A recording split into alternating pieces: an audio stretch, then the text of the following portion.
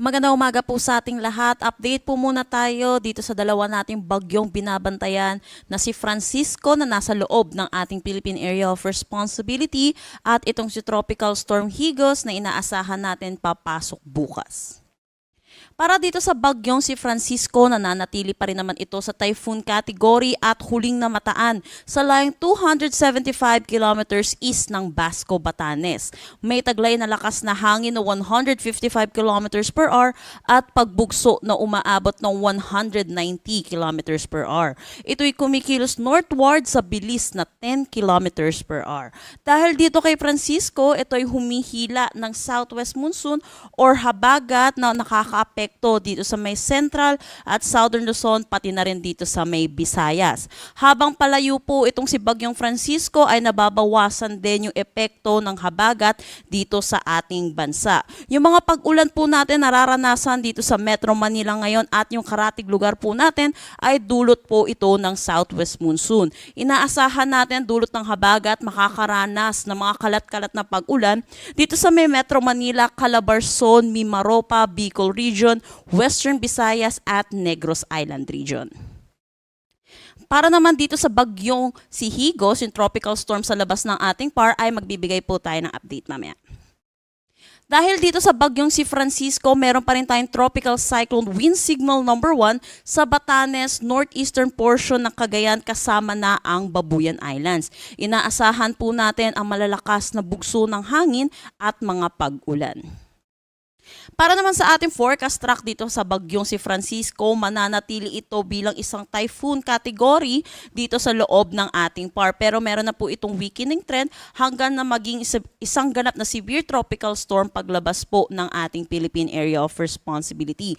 Palayo naman na din po ito sa ating landmass, kaya kung makikita natin, wala po talaga tayo nakikita na landfall scenario sa anumang parte po ng ating bansa.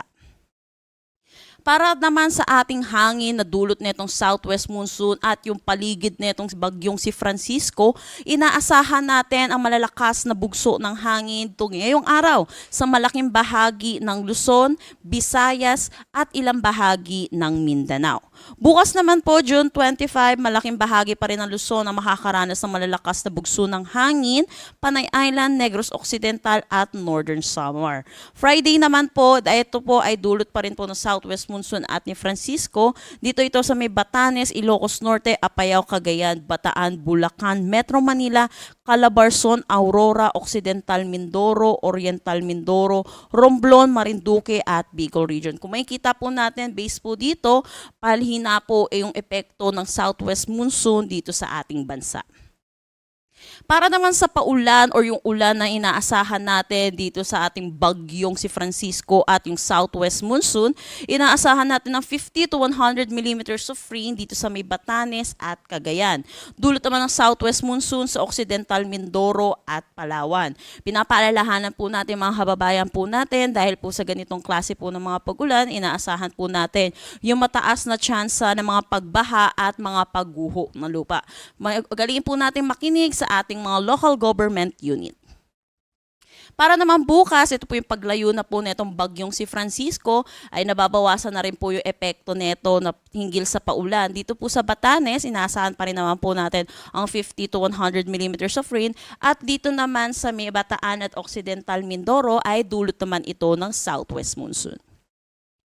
May nakataas pa rin tayong gale warning dahil dito sa bagyong si Francisco, dito sa may Batanes, northeastern coast ng Cagayan kasama na ang Babuyan Islands. So pinapaalalahanan po natin mga kababayan po natin mangingisda at may mga sasakyan maliit pandagat na delikado po muna pumalaot dito.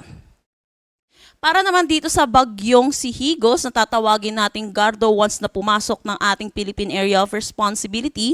Ito ay tropical storm category pa rin at huling namataan sa layong 2,285 kilometers east ng southeastern Luzon. May taglay na lakas na hangin na 65 kilometers per hour at pagbugso na umaabot ng 80 kilometers per hour. Ito ay kumikilos westward sa bilis na 15 kilometers per hour.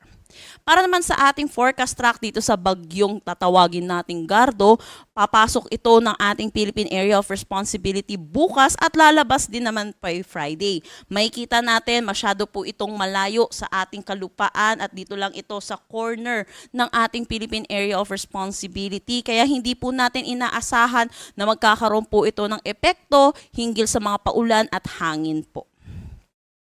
At yan po muna ang latest update natin dito sa ating mga binabantayang bagyo. Next po nating bulletin ay 11 a.m. Para sa karagdagang impormasyon, bisitahin ang aming mga social media pages at ang aming website pag-asa.dost.gov.ph. At yan po muna ang latest dito sa Pag-asa Weather Forecasting Center. Chanel Dominguez po at ingat po tayong lahat.